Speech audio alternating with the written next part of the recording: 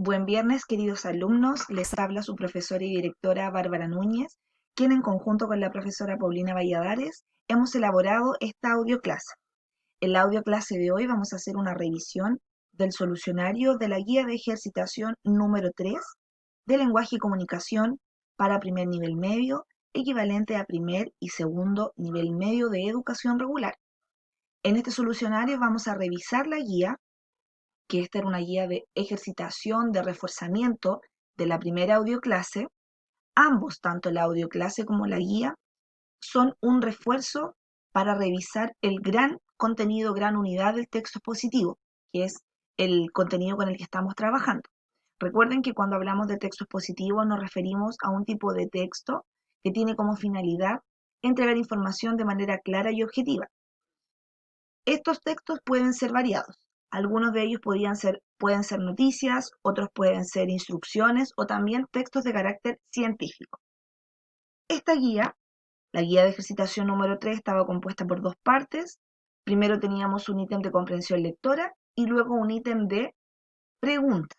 Vamos a hacer la revisión del ítem de comprensión lectora, en el cual ustedes debían, ¿cierto?, marcar una sola alternativa correcta para una serie de preguntas.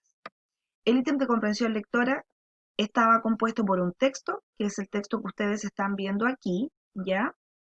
Este texto tenía como título 4 alimentos de riesgo en verano.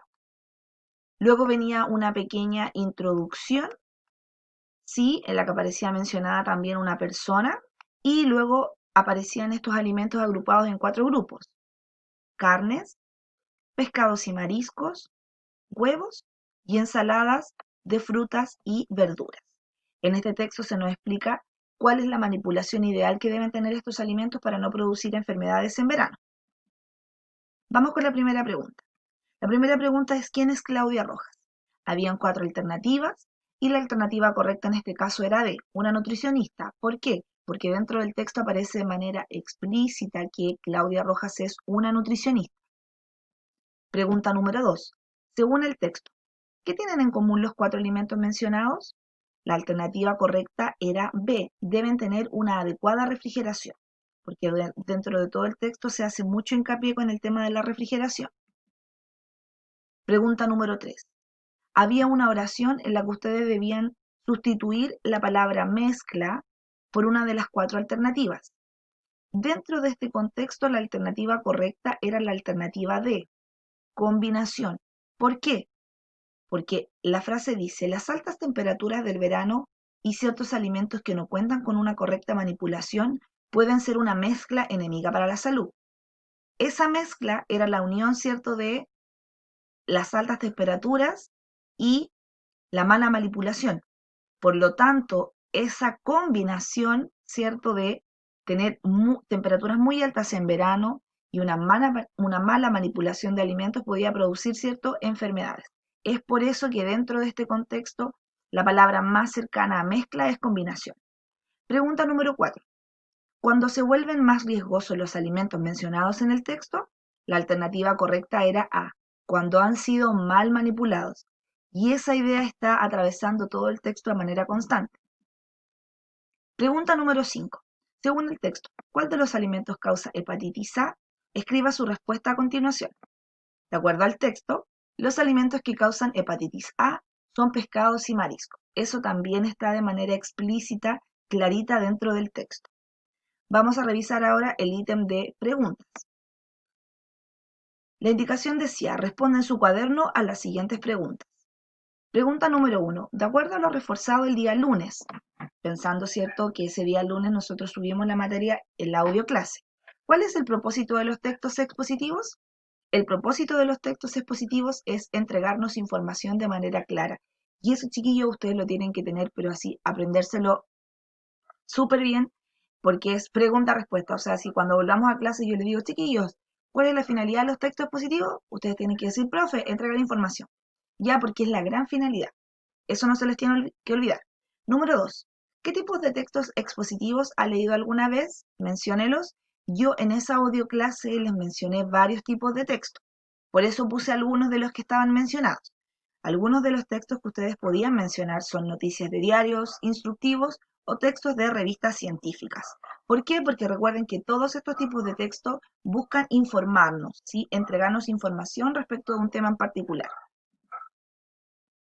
Pregunta número 3. ¿Para qué sirve o por qué es importante que el texto expositivo tenga una estructura compuesta por introducción, desarrollo y conclusión? Una de las ideas que reforcé en la audioclase es que la estructura del texto expositivo nos permite entregar la información de manera ordenada y comprensible al lector. La información, al ser dispuesta en una estructura súper esquemática, se hace más comprensible al lector. ¿Ya? Y es por eso que es importante que el texto expositivo tenga esta estructura para que ustedes como lectores no queden con duda, ¿ya? Y les quede súper claro cómo el texto inicia, cómo se desarrolla y cómo cierra. Pregunta número 4. De acuerdo al expuesto, ¿en qué situaciones de tu vida cotidiana debes exponer o explicar algo? Mencionar. Las situaciones, chiquillos, podían ser diversas. Aquí no hay respuestas malas o respuestas buenas, sino que a lo mejor hay respuestas que son más correctas, están más correctas que otras, ¿sí? Porque son situaciones de la vida cotidiana. Yo aquí, por ejemplo, puse algunas situaciones como cuando nosotros tenemos que explicarle a alguien cómo hacer algo, lo que estamos haciendo es darle una pequeña instrucción. Por lo tanto, estamos trabajando, ¿cierto?, con la idea del instructivo como texto expositivo.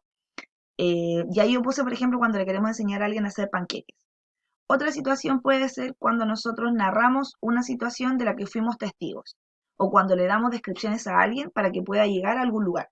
Todo eso es parte de el exponer, de explicarle a alguien cómo hacer algo, de informarle a alguien cómo llegar a algún lugar. ¿Ok?